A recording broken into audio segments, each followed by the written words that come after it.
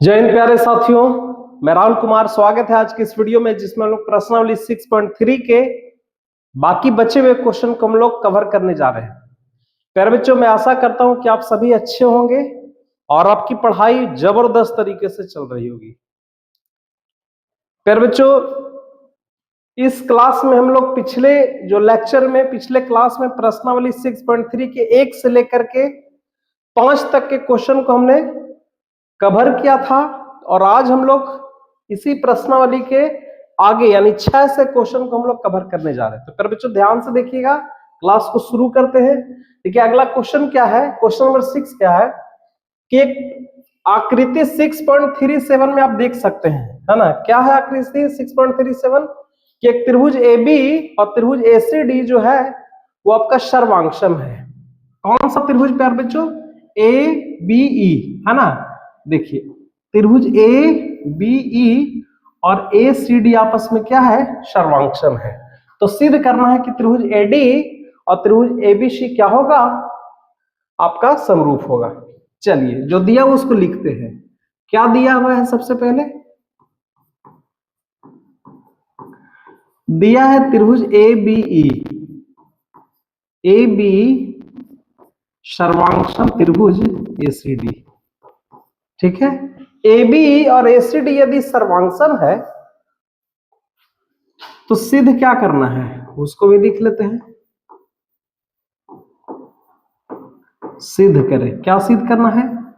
त्रिभुज ADE और त्रिभुज ABC दोनों आपस में क्या हो जाएगा? समरूप हो जाएगा। ADE त्रिभुज कौन सा है? ऊपर वाला ये छोटा त्रिभुज ADE और बड़ा त्रिभुज आपका ABC, है ना। ये आपका पूरा का पूरा क्या करना है? समरूप करना है, ठीक है। देखिए तो जो दिया हुआ उसको लेके चलते हैं, है ना। उपपत्ति क्या दिया हुआ है? त्रिभुज ABE सर्वांगसम त्रिभुज ACD। अब ये दोनों त्रिभुज यदि सर्वांगसम है तो सर्वांगसम त्रिभुज का संगत भुजा बराबर होता है बच्चों, है ना। तो सर्वांगसम त्रिभुज का संगत भुजा कहने का मतलब है कि AB बराबर हो जाएगा किसके? AC के, है ना। AB बराबर AC हो जाएगा और क्या हो जाएगा? AD और AE बराबर हो जाएगा।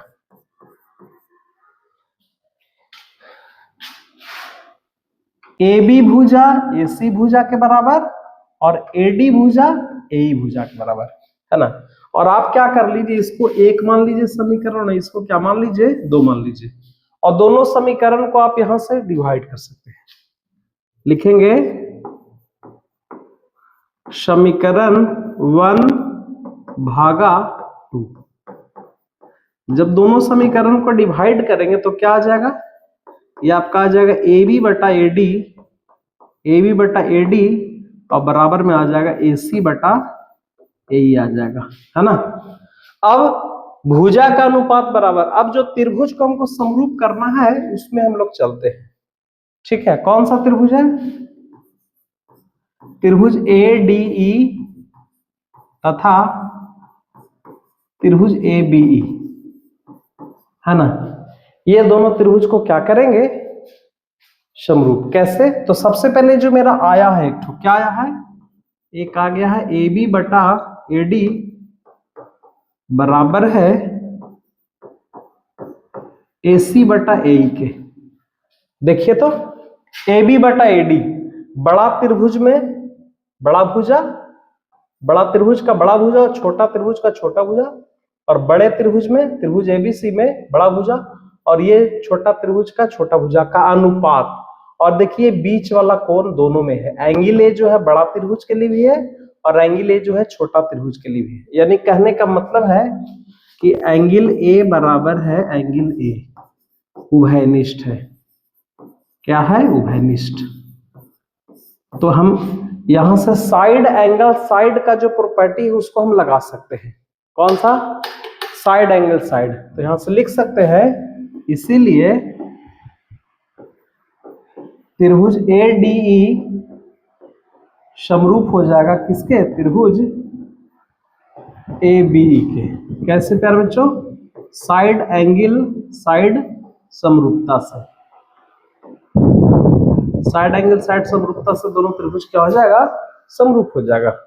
आप इसको देख सकते हैं।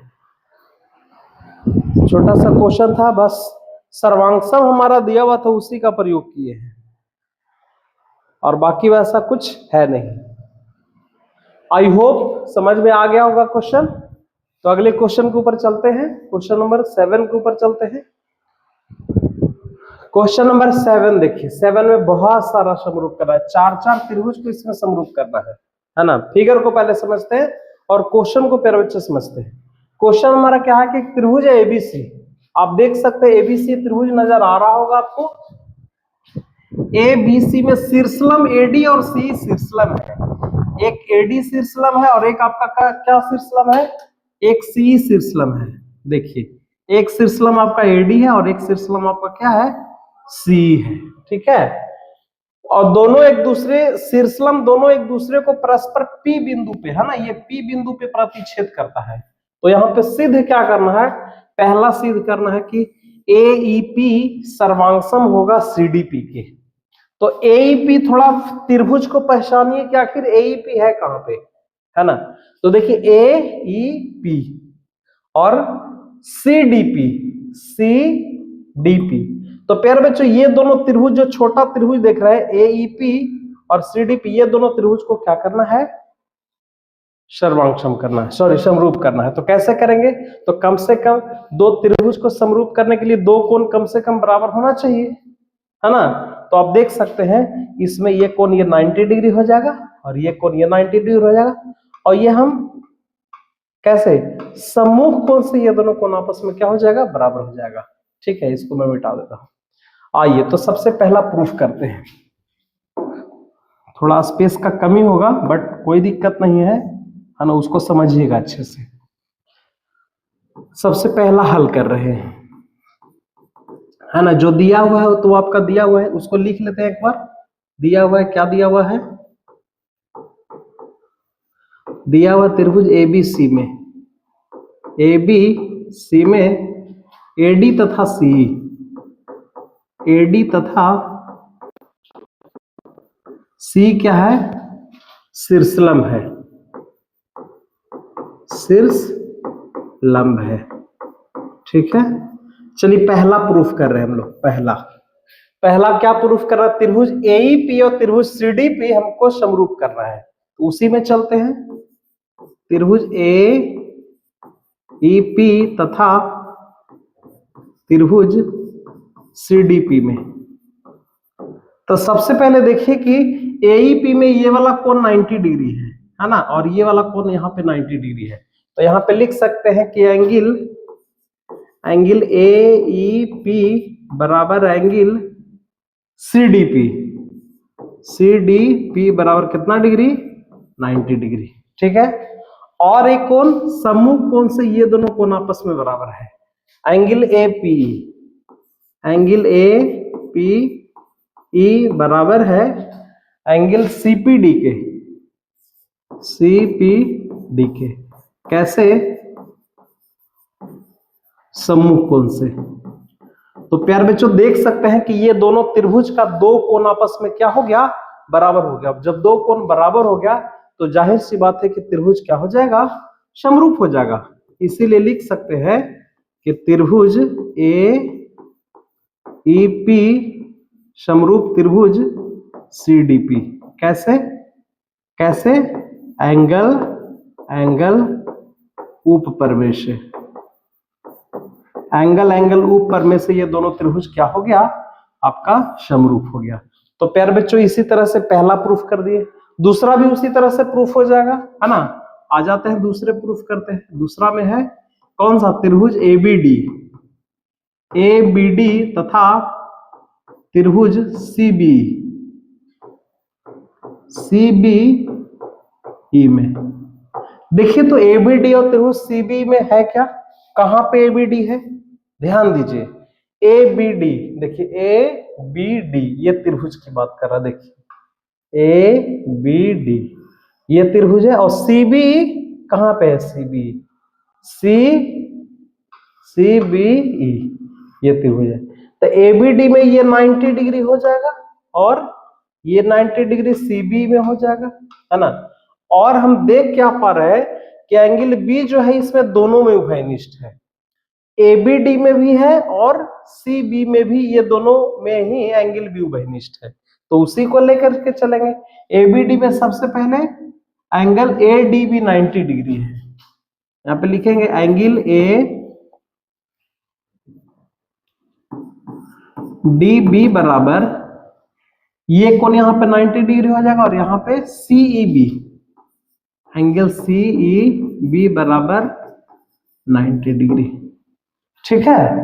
और एंगल भी दोनों में उभयनिष्ठ है, एंगल बी बराबर एंगल बी, क्या हो गया, उभयनिष्ठ।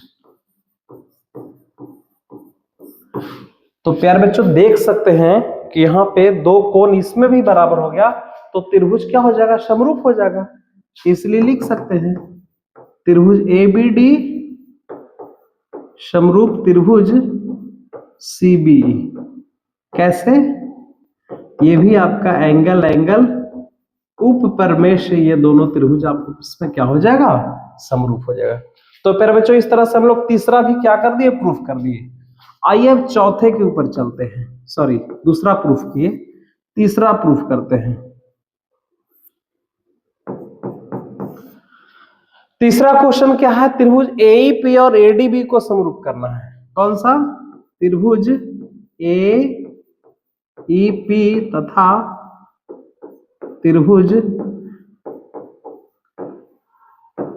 एडीबी में, एईपी तथा एडीबी में, है ना। एईपी और एडीबी में आपको देखना है। तो एईपी थोड़ा ढूंढिए, इसको मिटाते हैं फिर से। एईपी को देखिए, एईपी फिर से ये त्रिभुज है, एईपी में ये आपका ये 90 डिग्री हो जाएगा एक तो यहाँ पे, और एडीबी, एडीबी कहां पे है, एडीबी ये वाला कोण आपका फिर से 90 डिग्री हो गया। एईपी और एडीबी दोनों ही त्रिभुज में प्यारे बच्चों ये वाला जो कोण है आपका एंगल ए आपका डीएई आपका उभयनिष्ठ है ना। तो सबसे पहले एईपी में क्या लिखेंगे कि एंगल ए ईपी ये 90 डिग्री और यहां पे ये 90 डिग्री, एंगल एडीबी बराबर क्या हो जाएगा, 90 डिग्री हो जाएगा, ठीक है। उसी तरह से एंगल डीएई त्रिभुज में पीएई, एंगल पीएई और इस त्रिभुज के लिए डीएबी, क्योंकि दोनों ही त्रिभुज में एक ही कोण आ रहा है, तो उसको आप चाहो तो यहाँ पे उभयनिष्ठ, तो इसीलिए त्रिभुज हो जाएगा, त्रिभुज एईपी समरूप त्रिभुज एडीपी। कैसे, ये भी आपका एंगल उपपरमेश से ही दोनों त्रिभुज क्या हो जाएगा, समरूप हो जाएगा। और एक और है पीडीसी और बीसी, इसको भी आप समरूप कर सकते हैं। पीडीसी कहां है, पीडीसी, पीडीसी और बीईसी, त्रिभुज बीईसी, इसको भी आप उसी तरह से आप इसको क्या कर सकते हैं, समरूप कर सकते हैं, ठीक है। तो एक और अच्छे से इसको देख लीजिए, बाकी के क्वेश्चन पर हम लोग चलते हैं।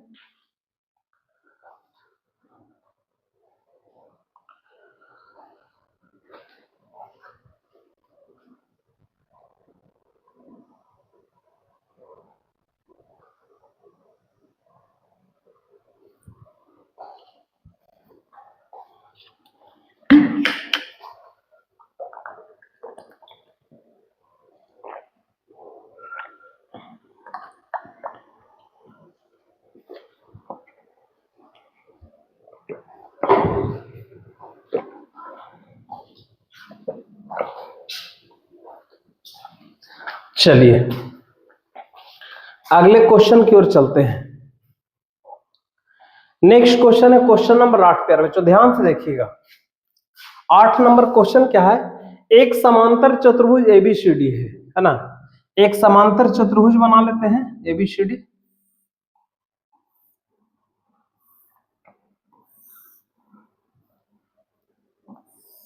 देखिए एक समांतर चतुर्भुज है ABCD, ठीक है, कि जिसकी भुजा AD है ना, ABCD की भुजा AD पर स्थित E एक बिंदु है, बढ़ाई गई, अच्छा AD के बढ़ाई गई भुजा पर एक बिंदु यहां पे E स्थित है, ठीक है, तथा BCD को F पर काटता है। B से जब E को मिला देंगे यहां पे, तो जाहिर सी बात है कि यहाँ पे एक बिंदु पे F पे क्या कर रहा है, काट रहा है, प्रतिच्छेद कर रहा है। तो यहाँ पे आपको प्रूफ क्या करना है कि त्रिभुज ABE है ना, ये त्रिभुज ABE इस त्रिभुज को और CFB यानी ये वाला त्रिभुज को आपस में क्या करना है, समरूप करना है, ठीक है। जो जो दिया उसको लिख लेते हैं, हल।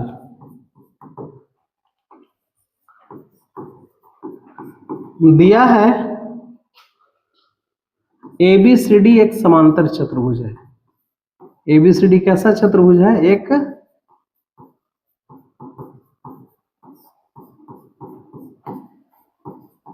समांतर चतुर्भुज है, ठीक है।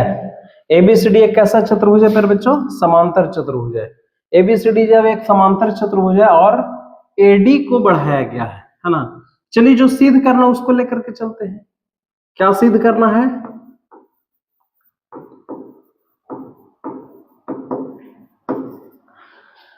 सिद्ध करें कि त्रिभुज ABE समरूप होगा त्रिभुज CFB के। त्रिभुज ABE और त्रिभुज CFB, ABE और CFB आपस में क्या करना है, समरूप करना है, ठीक है। अब यहां पे आप देख सकते हैं कि कम से कम दो त्रिभुज को समरूप करने के लिए कम से कम दो कोण का बराबर होना, दो संगत कोण का बराबर होना अत्यंत जरूरी है ना। तो कैसे होगा फिर बच्चों, आप देखिए सबसे पहले है ना, कौन कौन सा त्रिभुज है, एक त्रिभुज है ABE है ना, ये त्रिभुज ABE और CFB। तो सबसे पहले एक कोण, तो ये दोनों कोण आपस में बराबर हो जाएगा। कैसे बराबर हो जाएगा, क्योंकि हम जानते हैं कि समांतर चतुर्भुज का जो सम्मुख कोण होता है वो आपस में बराबर होता है ना।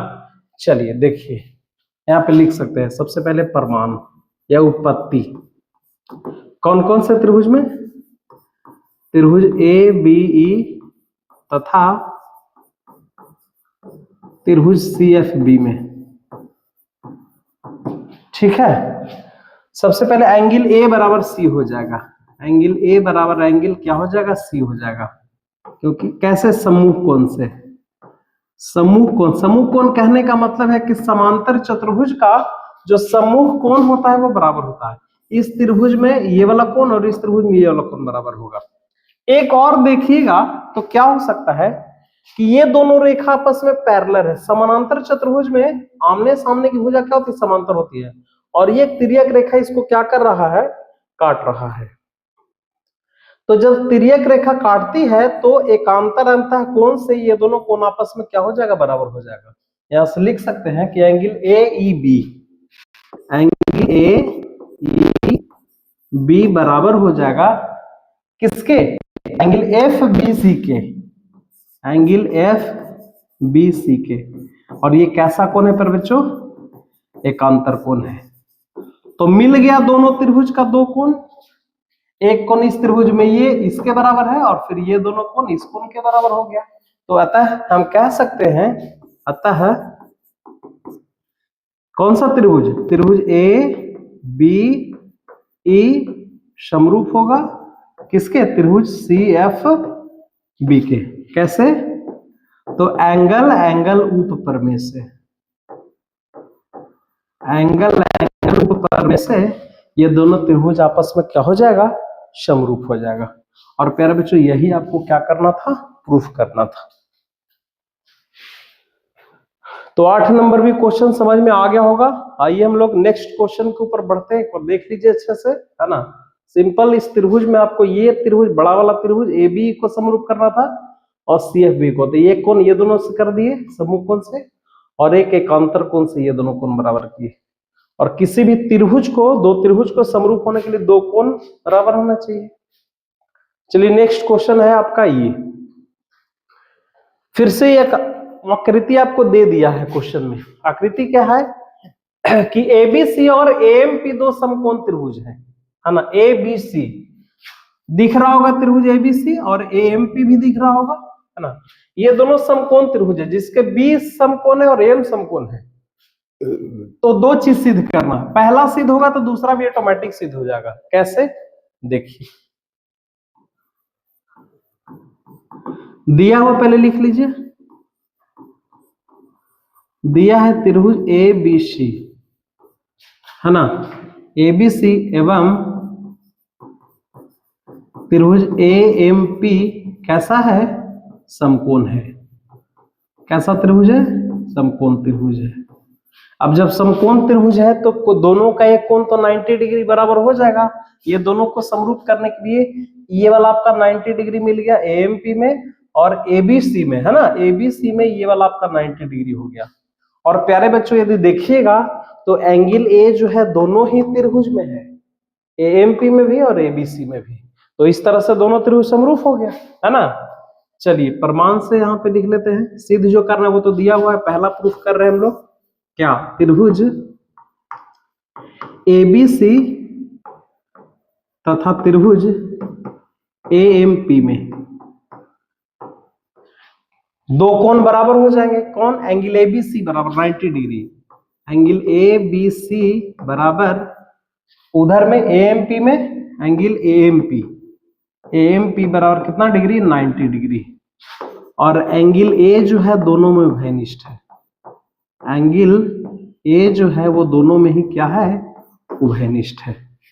तो प्यारे बच्चों आप देख सकते हैं कि इस तरह से ये दोनों त्रिभुज क्या हो जाएगा, इसीलिए लिख सकते हैं त्रिभुज ए बी सी समरूप त्रिभुज ए एम पी। क्योंकि दो कोण बराबर तो एंगल तो ऊपर में लग ही जाएगा, है ना। कैसे, एंगल ऊपर में से। और जब दो त्रिभुज समरूप हो गया तो उसकी संगत भुजा समानुपातिक होता है, ये हम पढ़े हुए हैं, है ना। संगत भुजा क्या हो जाएगा, समानुपातिक। तो संगत भुजा कौन कौन है, एक है आपका AB, AB का संगत AM है, AB बटा AM, और बराबर में BC का संगत MP, BC का संगत MP, है ना। और AC का संगत AP, AC बटा AP हो जाएगा। प्रूफ दूसरा देखिए, CA बटा PA, CA बटा PA देखिए, AC को CA कह सकते हैं और AP को PA कह सकते हैं, कोई दिक्कत नहीं। और BC बटा MP, यानी इसकी जरूरत हमको नहीं है, अतः लिख सकते हैं यहां से, है ना। क्या, BC बटा MP, और AC को पलट दीजिए, CA बटा PA कर देंगे। यही ओवरऑल आपको क्या करना था, प्रूफ करना था। क्योंकि दोनों त्रिभुज क्या हो गया, समरूप जब हो जाएगा तो हम कह सकते हैं कि संगत भुजा भी क्या हो जाएगी, समानुपातिक होगी। और वही आपको क्या करना था, प्रूफ करना था। फिर बच्चों एक बार अच्छे से इसको देख लीजिए, ठीक है। तो ये भी क्वेश्चन कोई ज्यादा हार्ड नहीं था, एक सिंपल सा क्वेश्चन था।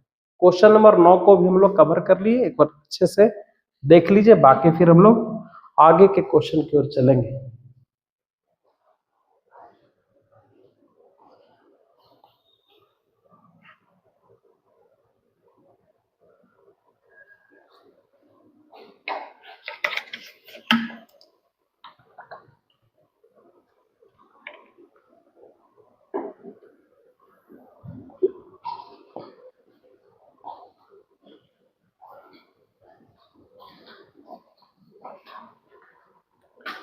चलिए तो नेक्स्ट क्वेश्चन क्या है,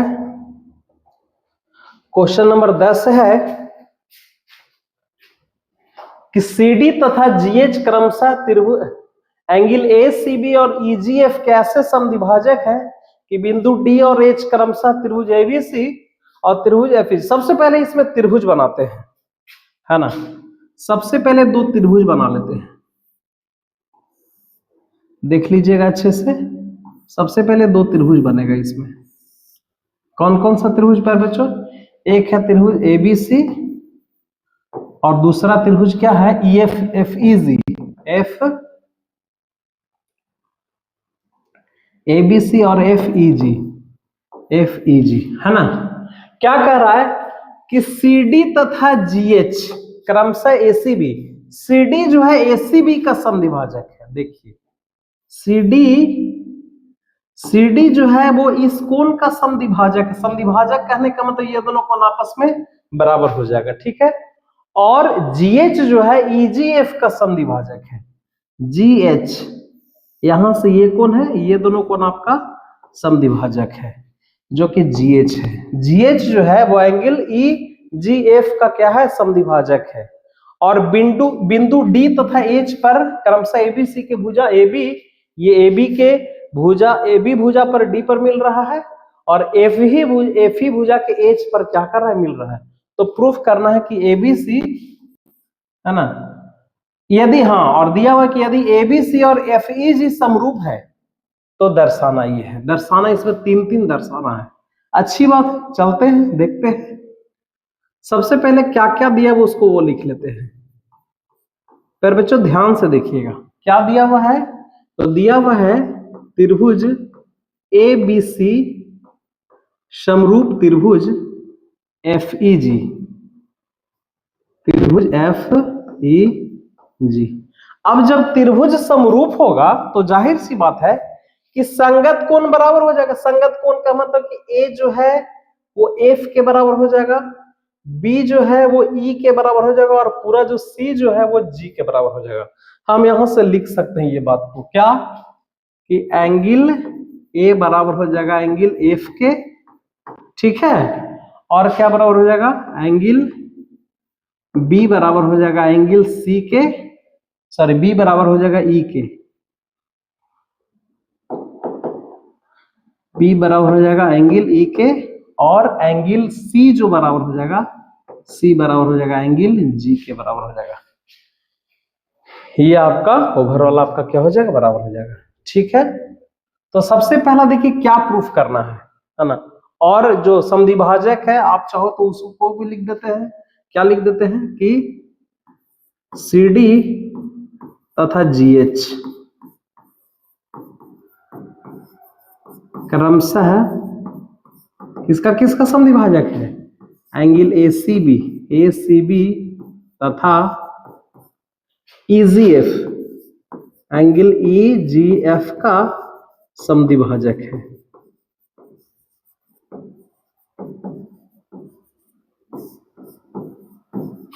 EGF का क्या है, समद्विभाजक है, ठीक है। समद्विभाजक है जो भुजा AB और FE पर स्थित है, ठीक है। तो सिद्ध क्या करना, पहला देखिए, पहला जो सिद्ध करना है उसको थोड़ा ध्यान से देखिए। पहला सिद्ध करना CD बटा GH, है ना। CD कहां पे है, देखिए CD ये है, CD बटा GH और AC बटा FG। ये तब अनुपात बराबर होगा जब ये दोनों त्रिभुज को हम समरूप कर देंगे। ये दोनों त्रिभुज को क्या कर देंगे, समरूप कर देंगे, तब अनुपात बराबर हो जाएगा। तो सबसे पहले ये दोनों त्रिभुज को समरूप करते हैं। तो ये दोनों त्रिभुज समरूप कैसे होगा, एंगल A तो F के बराबर है, तो इस त्रिभुज का एक कोण यदि और बराबर हो जाता तो मेरा काम हो जाता, ठीक है। तो वो करेंगे कैसे, ध्यान दीजिए। यहां पे लिख सकते हैं उपपत्ति या प्रमाण क्या है। तो सबसे पहले दिया है कि एंगल C बराबर है किसके, एंगल G के। एंगल C बराबर है एंगल G के। और एक काम करते हैं, दोनों तरफ हाफ से गुना कर देते हैं, हाफ C और हाफ G। C का हाफ क्या होगा, पर बच्चों ध्यान दीजिएगा, ये समद्विभाजक है तो एंगल C का हाफ ये भी कोण होगा और ये भी कोण होगा। तो हमें जरूरत अभी इसका है, DCA हो जाएगा। एंगल C का जो हाफ हो जाएगा वो हो जाएगा आपका एंगल DCA हो जाएगा, और एंगल G का जो हाफ हो जाएगा आपका ये वाला कोण हो जाएगा, HGF हो जाएगा, एंगल HGF हो जाएगा। अब इतना जब कर दिए तो बाकी का काम एकदम फिनिश। कैसे, है ना, इस त्रिभुज को समरूप करिए। कौन सा त्रिभुज, चलेंगे किसमें, त्रिभुज ABCD सी, है ना, ADC, ठीक है, तथा त्रिभुज FHG, FHG में क्या क्या बराबर है प्यारे बच्चों? तो एंगल A बराबर है एंगल F के, है ना। एंगल A और F आपस में क्या है? बराबर है। ये दोनों कोण तो पहले से दिया हुआ बराबर है, देखिए यहाँ पे एंगल A बराबर F बराबर है। और क्या बराबर अभी सिद्ध किए कि DCA और HGF भी बराबर होगा, है ना। एंगल DCA और बराबर हो जाएगा किसके? HGF के, एंगल HGF। ये दो कोण आपका क्या हो जाएगा? बराबर।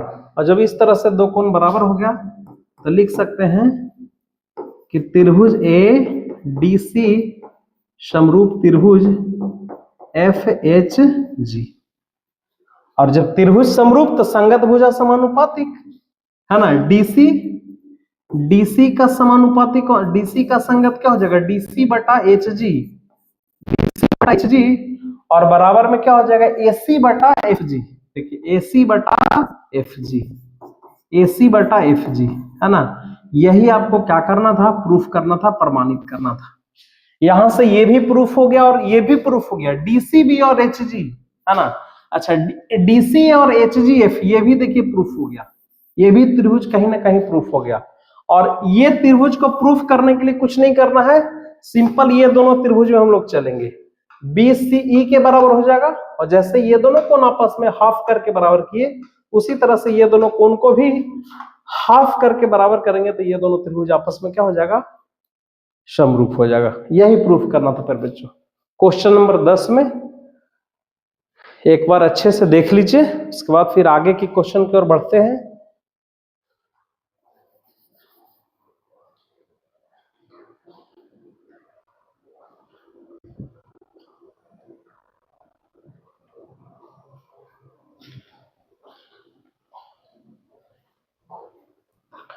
आइए तो नेक्स्ट क्वेश्चन की ओर चलते हैं। नेक्स्ट क्वेश्चन नंबर 11 है, ठीक है। 11 नंबर क्या है क्वेश्चन पर बच्चों? इसमें भी आपका फिगर दिया 6.40 में AB बराबर है AC के, है ना। AB और AC आपस में क्या है? बराबर है। AB और AC बराबर है, वाले एक समद्विबाहु त्रिभुज ABC की भुजा को CB को बढ़ाया गया, E तक बढ़ाया गया है। एक बिंदु है और AD लंब है BC पर, ठीक है, ये लंब है, और EF लंब है AC पर। तो सिद्ध करना ABD, त्रिभुज ABD ये त्रिभुज समरूप होगा त्रिभुज किसके? ECF के, ठीक है। जो दिया उसको पहले लिख लेते हैं। क्या दिया हुआ है? दिया है त्रिभुज ABC एक समद्विबाहु त्रिभुज है। ABC एक कैसा त्रिभुज है?